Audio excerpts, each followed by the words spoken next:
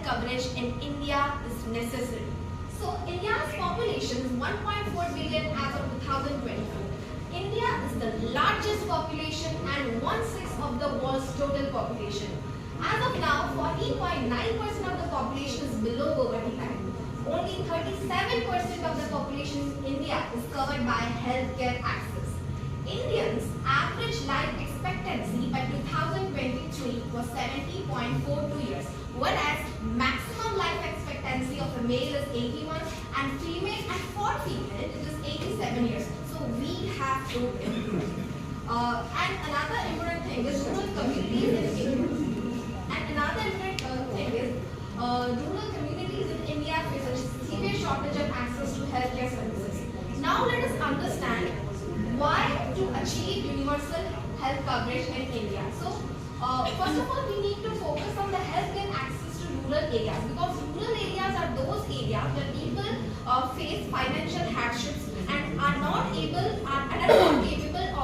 of funding their own healthcare facilities. Then we need to focus on the distributed Medicare facilities inside all parts of India. Distributed Medicare facilities means the healthcare facilities should be planned and organized and should be equally distributed throughout the India. Then whenever we are talking about access to rural areas, distributed medical facilities, we need to think about a thing that first of all, we need to have better infrastructure for transportation and communication to the remote areas.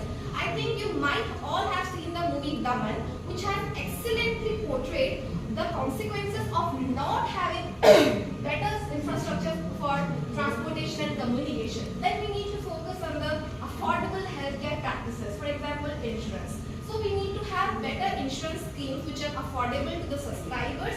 Then we have to reduce the service cost. For example, someone is going for a procedure in hospital, that has to be reduced so that people don't face any financial hardship. Then out-of-pocket cost. So out-of-pocket cost is a cost that is beared by the patient, and apart from the insurance being provided, then financing.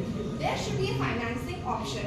That is, whenever we purchase a house or a vehicle, there is a financing option, right? So we can pay the amount in chunk, and later on after some years we can close it.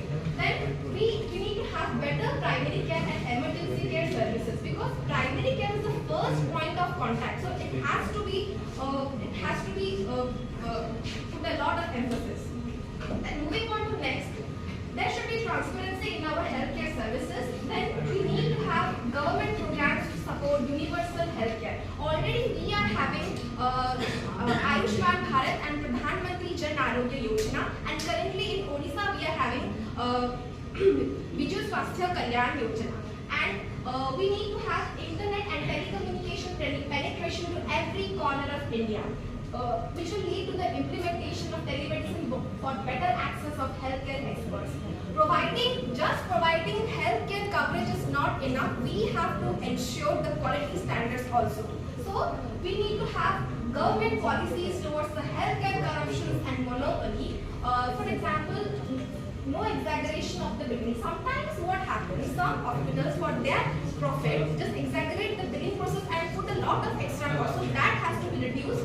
And again, we need to have control over the over medical testing and medicine piracy. Over medical testing is that some hospitals for their profit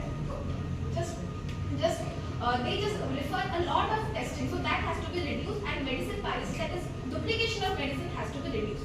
So these were my thoughts and my views about how universal health coverage can be achieved in India. Thank you for the very patient